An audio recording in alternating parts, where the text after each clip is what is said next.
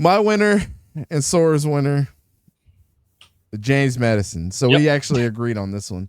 Look, Correct. one of the main reasons why I picked them, and I have no idea, but this is how I know about this one dude. Y'all know how I buy and sell football cards. I have like 5 cards of the signature of Nick DeGennaro from Richmond, who actually went in the transfer portal and transferred over to James Madison. Then I went back and I pulled out his film. This dude is absolutely ridiculous. If y'all can, go look up the game against Bryant. They kicked our ass, but he had like 162 yards and nobody could stop him, yo. He was out there looking like Randy Moss. He's ridiculous. But that was one of the first reasons why I was like, all right, they got them 1-on-1s. It was just about time for him to move up. I don't know why he chose James Madison, why any other school didn't pick him, but I guess he just wanted to stay in Virginia. Virginia Tech could have used him for sure, but that's neither here nor there. Bob Chesney, man, coming over and doing his thing his first year. You know, James Madison, I believe he was at Holy Cross before. He had came down and coached. Yeah, he was at Holy Cross and actually got them rolling. And starting off his career picking up for 𝗕𝘂𝘀𝗶𝗲𝗀𝗀 8-4. They're 4-4 in the conference, but getting this is another dude that quit on his team. But like, I feel the same way I feel about Thomas Castellanos. How I feel about this dude and Matthew 𝗕𝘂𝘀𝗀𝘀, bro. He didn't get his money, so then he felt a certain way and wanted to transfer out. Boo hoo freaking who. Everybody knows the story about Matthew 𝗕𝘂𝘀𝘀𝗀 last year from UNLV. Either way it goes, he's close to home. He's from New York, and he had pretty good stats last year from UNLV before 𝗎𝗏 was his name? 𝗎𝗏 Williams came in. 𝗎𝗏 Williams, I believe that's what it is. Maybe. And another one is like this dude's just waiting to have a breakout season in George Pettaway. Man, the James Madison games I watched with him last year were absolutely incredible, man. I seen this dude just literally break apart Appalachian State last year. Carry after carry after carry, and then getting a couple catches in the air as well. The one thing that obviously, like any other team has done when they had a high profile offense, is they came in on defense and they got them some really viable pieces. 𝗕𝘂𝘀𝗶𝗲𝗀𝗀𝗀 from Notre Dame is going to come down there and be a defensive end for them. Hasn't really taken any snaps, but we'll see what he does. But again, you're getting a prospect that went to Notre Dame and you bring him over.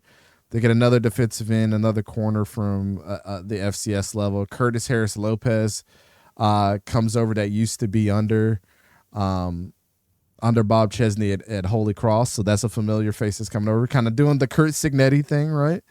And then Chance Harley comes over from Maryland as well. So, you know, you're getting you some FBS Power 5 guys that have come over, some familiar faces that come over and to help you with that.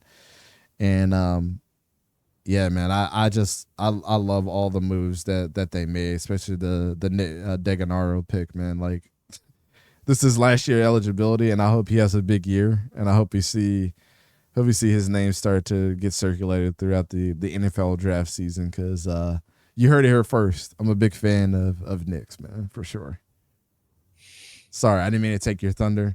I know we're sharing this one, but I think you just kind of look at it of, you know, you kind of went into player base, so I'll go into schedule base. That way it's not a complete repeat and we just combine. But, you know, yeah.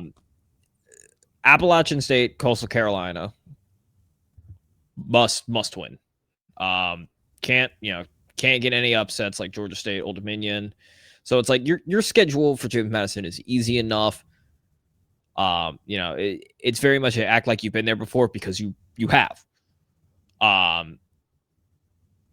You know, it's I mean, I'm trying to think of what else like really I can add. I mean, you know, keeping that top tier defense is going to be essential for James Madison. I mean, you know, bowl eligible. There's no restrictions this year.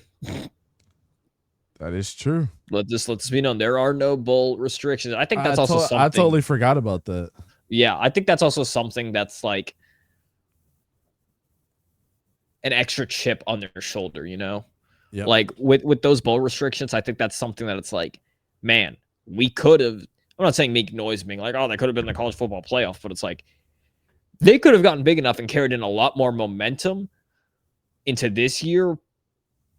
But I think honestly, that restriction kind of adds, you know, extra fuel to what it's going to be this season. So for games like, you know, Marshall or anything like that, whoever they face being in the, or not, well, obviously not Marshall, but like whoever they face in the Sun Belt Conference, I feel like this season to them is a statement, you know? Mm-hmm. So, you know, I think kind of you look at the schedule wise and the statement wise, and that's just extra fuel to fire on top of everything that you have already said. Yeah. I think they're going to be really good, man. I don't see, it's just like they have too much firepower everywhere not to be a bad team. And so I'm really looking forward even to after like Cignetti left, which, you know, last year. And he gutted them. Well, didn't want to say he gutted them. That's not fair. Nah. He definitely brought people over because people respected him for sure. Correct.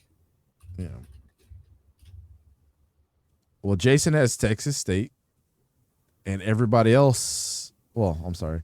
Klee has the Raging Cajuns. So Torque, he agrees with you, man. Louisiana Raging Cajuns coming in, who would have been like my number 3 for sure. And then Don agrees with us. JMU. So JMU will be our winners. Sun Belt Conference winners. Well deserved, man. They put together quite a squad this year to compete. So we'll see what happens.